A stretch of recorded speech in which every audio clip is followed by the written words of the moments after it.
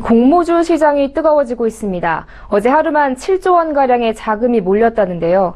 오늘은 공모주 청약 시장이 이렇게 호황을 띠는 배경과 또 앞으로 전망에 대해서 서울경제신문 증권부 송종우 기자 전화 연결해 알아보겠습니다.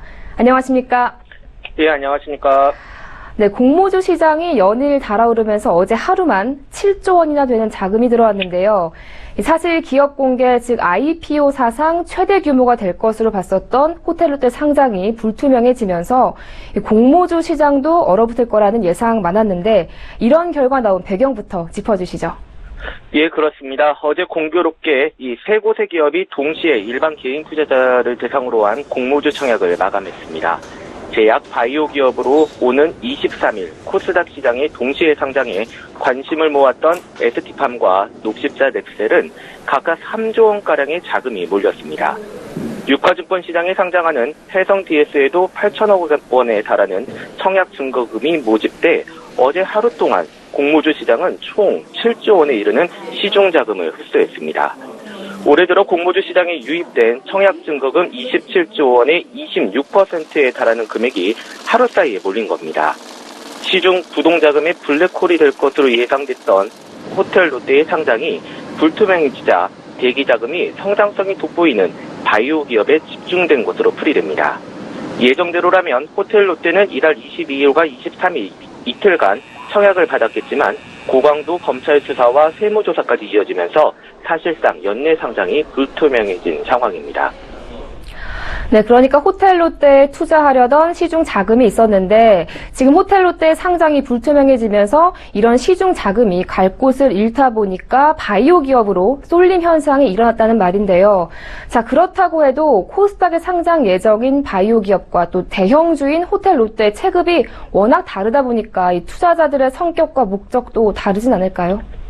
예, 그렇습니다. 물론 이 기업 가치와 성격이 많이 다르기 때문에 호텔롯데에 투자하려던 자금이 다른 상장 예정 기업으로 100% 이동했다고 보기는 어렵습니다.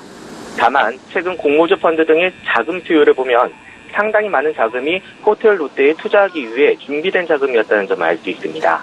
한국펀드평가에 따르면 지난해 1월 공모형 공모주 펀드의 총 설정액은 2조 1천억 원대였습니다. 3호형이 1조 원대를 조금 넘는 수준이었는데요. 지난 15일 기준으로 보면 공모형은 5조 5천억 원대, 3호형은 2조 7천억 원대까지 급증했습니다.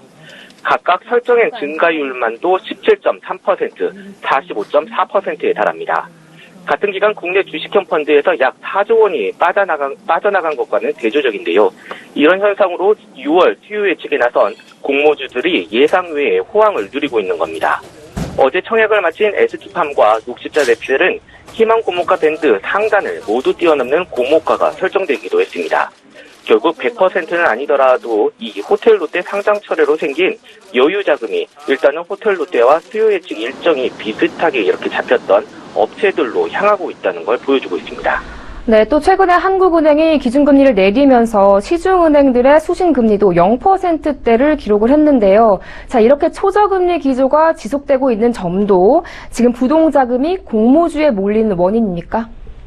맞습니다. 사실상 제로금리, 0%의 수신금리 시대에 주식시장은 불안하고 최근 불어닥친 브렉시트라는 대형 악재에 채권과 금 등 안전자산조차 투자하기를 꺼려하는 투자자들의 관심이 높아진 겁니다. 특히 최근 첫 청약 결과는 높은 성장성이 기대되는 바이오 제약 기업을 중심으로 초저금리 시대의 부동자금이 공모시장에 눈독을 들이고 있음을 보여주는 단적인 사례입니다. 상장 주관사 측에서도 바이오 제약 기업들에 대한 높은 투자 수요가 지난해부터 확인돼 왔다며 실적과 성장성에서 우수한 기업에 많은 투자 자금이 몰리고 있다고 설명했습니다. 네, 이제 앞으로가 중요할 텐데요. 이런 뜨거운 공모주 시장 열기 한동안 계속될까요? 그렇습니다. 하반기에도 공모주 열풍은 지속될 것이라는 게 전문가들의 전망입니다. 호텔롯데의 연내 상장은 불투명해졌지만 삼성 바이오로직스와 두산 밥캣, 넷마블 게임즈의 대형 IPO가 잇따라 상장 채비를 하고 있기 때문입니다. 삼성 바이오로직스가 올해 안에 유가증권에 상장되면 바이오 제약 업종 중에서 대장주로 올라설 것으로 예상되며 두산 인프라코어의 알짜 자회사인 두산 밥캣의 공모 규모는 1조 원에 달할 것으로 보입니다. 공모 규모 2조 원대의 모바일 게임 개발업체인 넷마블 게임즈도 연말께 IPO 절차를 본격적으로 진행합니다. 이 밖에도 부동산 신탁 전문 기업 한국자산신탁과 김치냉장고 브랜드 딘체로 유명한 대유위니아가 상장을 준비하고 있습니다. 한국거래소는 하반기에만 4조 원대 이상의 공모가 진행될 것으로 전망하고 있어 부동자금의 공모주 쏠림 현상은 한동안 계속될 것으로 보입니다. 네, 최근 뜨겁게 달아오르고 있는 공모주 시장, 그 배경과 앞으로 전망은 어떤지 서울경제신문 증권부 송종우 기자와 함께했습니다. 오늘 말씀 잘 들었습니다. 고맙습니다. 네, 고맙습니다.